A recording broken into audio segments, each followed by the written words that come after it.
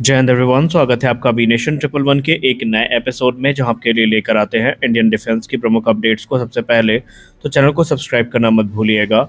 आज के अपने अपडेट की हम शुरुआत करने वाले हैं भारतीय वायुसेना को लेकर आई एक रिपोर्ट से। भारतीय वायुसेना ने रिपोर्ट के माध्यम से कंफर्म कर दिया है कि कल भारतीय वायुसेना का एक जैगवार ट्विन सीटर एयरक्राफ्ट जो कि जामनगर एयरफील्ड से एयरबॉर्न हुआ था, वो एक नाइट मिशन के दौरान क्रैश हो जाता है। रिपोर्ट से बताया जाता है कि इस क्रैश की वजह जो थी वो एक टेक्निकल मेल फंक्शन थी, जो कि यहाँ पर पायलट्स को फेस हुई थी, और उसके तुरंत बाद उन्होंने जो इजेक्शन का प्रोसेस है वो इनिशिएट किया था। और उन्होंने पूरी कोशिश करी थी कि जो एयरफील्ड है या फिर लोकल पॉपुलेशन है उसको किसी प्रकार का नुकसान ना हो, और उन्होंने एक खाली स्थान पर जाकर एयरक्राफ्ट से खुद को इजेक्ट कर लिया। लेकिन इंडियन एयरफोर्स की रिपोर्ट में ये भी बताया गया कि अनफॉर्चुनेटली दो पायलट्स में से एक पायलट अपने जो इंजरीज थी उनके वजह से वीरगति को प्राप्त हो चुके हैं, जबकि एक को लगातार जो मेडिकल ट्रीटमेंट है वो जामनगर के हॉस्पिटल में दी जा रही है। यानी यहाँ पर कंफर्म हो चुका है कि दो पायलट्स में से एक पायलट अब वीरगति को प्राप्त हो चुके हैं। हमारी अगली बड़ी अपडेट एएलएस ध्रुव हेलीकॉप्टर्स को लेकर आ रही है। एएलएस ध्रुव हेलीकॉप्टर जो कि भारतीय थल सेना, वायुसेना, नौसेना और कोस्ट गार्ड में भी ऑपरेशनल है, इनको लेकर एक इंपॉर्टेंट रिपोर्ट सामने आई है। कल की रिपोर्ट में हमने डिस्कस किया था कि कैसे इसमें जो सैफ्रॉन के इंजन है वो अंडर स्क्रूटनी है, लेकिन अब इसमें एक नया हमें डेवलपमेंट देखने को मिला है। रिपोर्ट से बताया जा रहा है कि अभी अगले 3 महीने तक ये जो हेलीकॉप्टर्स हैं ये एयरबॉर्न होते दिखाई नहीं पड़ेंगे, क्योंकि इस समय काफ़ी डिटेल इन्वेस्टिगेशन से ये गुजर रहे हैं। दरअसल हाल ही में कुछ बड़े क्रैशेज हुए हैं जिसके चलते इन हेलीकॉप्टर्स को ग्राउंडेड किया गया है। रिपोर्ट्स ये भी इंगित करती हैं कि अभी जो एक इन्वेस्टिगेशन पैनल है उसका गठन किया जा चुका है, जहां पर उन्होंने एक मटेरियल फेलर को आइडेंटिफाई किया है जो कि स्वास्थ्य प्लेट में हमें देखने को मिला है, और ये एक क्रिटिकल कंपोनेंट है जो कि हेलीकॉप्टर की रोटर मूवमेंट को कंट्रोल करता है, और इससे ही एक्सीडेंट के पीछे जो की फैक्टर है वो माना गया है। स्वास्थ्य प्लेट की बात करें तो ये टाइटेनियम अलॉयज से बनी है, और ये बेसिकली जो अभी इनको टेस्ट से गुजरना है, और उस टेस्ट के बाद ये देखा जाएगा कि रिजल्ट्स क्या होते हैं, और फिर ही इन्हें एयरबॉर्न होने की जो परमिशन है वो मिलेगी। हमारी अगली बड़ी अपडेट भारतीय वायुसेना को लेकर आ रही है। हाल ही में भारतीय वायुसेना की तरफ से एक बड़ा डिसीजन लिया गया है, जहां पर वो बोइंग के KC-135 स्ट्रेटो टैंकर को लीज पे लेने वाले हैं, और ये मिट्रिया से लीज पे लिया जाएगा, जो कि एक अमेरिकन मिलिट्री लॉजिस्टिक फर्म है। इस डिसीजन के पीछे की जो वजह है वो अब सामने आ चुकी हैं, जहां पर इंडियन मिनिस्टर ऑफ डिफेंस ये डिसीजन इसलिए ले चुकी है क्योंकि KC-35 के आने के बाद भारतीय वायुसेना के जो C-130 जैसे सुपर हरक्यूलिस हैं, C-17 ग्लोब मास्टर थर्ड हैं, और PA-टाइप पोसाइडन मैरीटाइम पेट्रोल एयरक्राफ्ट हैं, इनको एक्सटेंडेड रेंजेस तक इंडियन एयरफोर्स ऑपरेट कर पाएगी। और यही एक कारण था कि जो KC-135 है इसको सेलेक्ट किया गया है, क्योंकि इसमें हमें रिफ्यूलिंग बूम्स देखने को मिलते हैं जो कि एक लॉन्ग स्टैंडिंग लिमिटेशन को एड्रेस करेंगे, जो कि भारत के एरियल रिफ्यूलिंग इंफ्रास्ट्रक्चर में हमें देखने को मिली थी। और अब ये फुल पोटेंशियल जो होगा इन स्ट्रेटेजिक एसेट्स का उसको अनलॉक करेंगे, जिसके चलते जो C-130 जैसे super Hercules, C-17 globe master third जैसे एयरक्राफ्ट हैं, PA-टाइप पोसाइडन जैसे जो एयरक्राफ्ट हैं, ये लॉन्ग डिस्टेंस तक ट्रैवल कर पाएंगे एरियल रिफ्यूलिंग के चलते। इंडियन एयरफोर्स की जहां तक बात रही तो अभी वो 6 की संख्या में इल्यूशन IL-78 MKIs को ऑपरेट करते हैं, जिन्हें भारतीय वायुसेना ने 2003 में इंडक्ट किया था, और ये एक फोर्स मल्टीप्लायर के तौर पर भारतीय वायुसेना के सर्विस पे बने रहे हैं। और ये सुखोई 30 MKI, राफेल और मिराज 2000 जैसे जो एयरक्राफ्ट हैं इनको रिफ्यूल करने की क्षमता के साथ आते हैं, जहां पर इसमें प्रोब एंड रोग रिफ्यूलिंग मेथड हमें देखने को मिलता है। लेकिन पूरी तरीके से इसमें हमें जो जो रिफ्यूलिंग बूम है या बूम रिफ्यूलिंग सिस्टम है वो देखने को नहीं मिलता, जिसके चलते जो अमेरिकन एयरक्राफ्ट हैं उनके लिए इनकम्पैटिबल ये बने हुए थे। और यही चीज़ें जो हैं अब ये जो KC-135 है उसके थ्रू एड्रेस की जा रही हैं।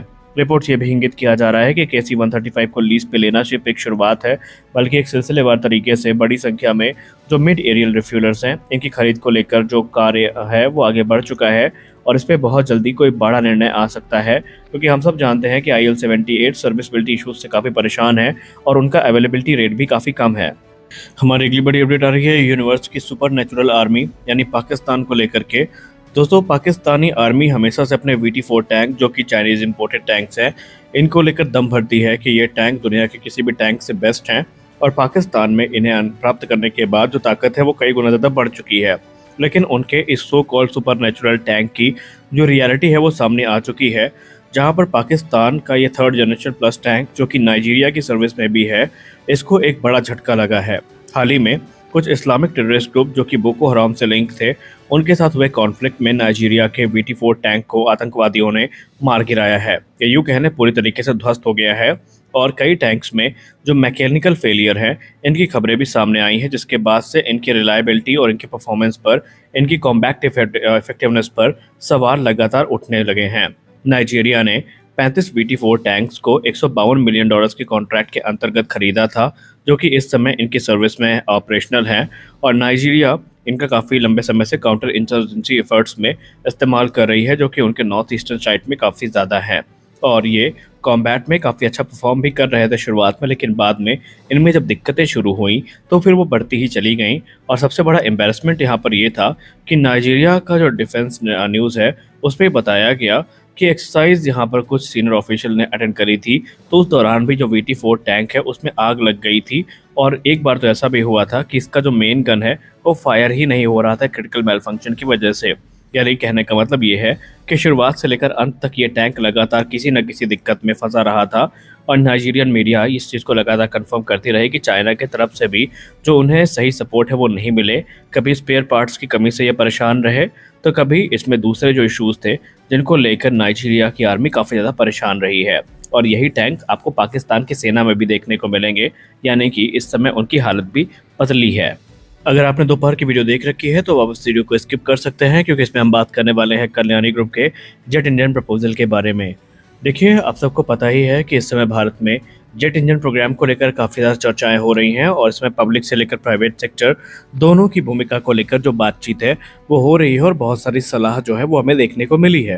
लेकिन इसी बीच बाबा कल्याणी जी, जो कि कल्याणी ग्रुप के चेयरमैन हैं, उन्होंने एक बहुत बड़ी बात कही है। उन्होंने कहा है कि आज कल्याणी ग्रुप के पास ये एक्सपर्टीज़ हैं, उनके पास ये कैपेबिलिटी है, जो कि भारत के एरोस्पेस मैन्युफैक्चरिंग में जो इंजन का अनुपस्थिति है उस गैप को फिल करने के लिए सक्षम है। उन्होंने कहा कि हमारे लिए सबसे इम्पोर्टेंट चीज़ ये होगा कि हम इंजन का जो हॉट कोर सेक्शन है इसको मास्टर करें। और अपने एक रिसेंट इंटरव्यू में उन्होंने ये भी कहा था कि प्राइवेट सेक्टर को यूनाइट होना पड़ेगा, कोलैबोरेट करना पड़ेगा और अपने एफर्ट्स लगाने पड़ेंगे, ताकि भारत के एडवांस मीडियम कॉम्बैट एयरक्राफ्ट के लिए हम नेक्स्ट जनरेशन 110 खंडन ट्रस्ट क्लास का इंजन विकसित कर सकें, जो कि भारत के लिए एक स्टेपिंग स्टोन होगा आने वाले भविष्य की जेट इंजन टेक्नोलॉजी के क्षेत्र में। उन्होंने कहा कि हॉट कोर सेक्शन, जिसमें बहुत सारे इंपॉर्टेंट कंपोनेंट्स होते हैं, जैसे कि कंप्रेसर हो गया, कंबशन चैम्बर हो गया, टरबाइन हो गया, जो कि एक जेट इंजन का हार्ट होते हैं, जो कि एक्सट्रीम टेम्परेचर और प्रेशर को मैनेज करते हैं और थ्रस्ट को जनरेट करते हैं। इसको डेवलप करना हमारे लिए बहुत इंपॉर्टेंट है, और ये एक क्रिटिकल टेक्नोलॉजी है। हालांकि कावेरी इंजन प्रोग्राम में हमने बहुत सारी जो लर्निंग्स हैं वो प्राप्त करी हैं, और यही सही समय है उन लर्निंग्स को यूटिलाइज करने का।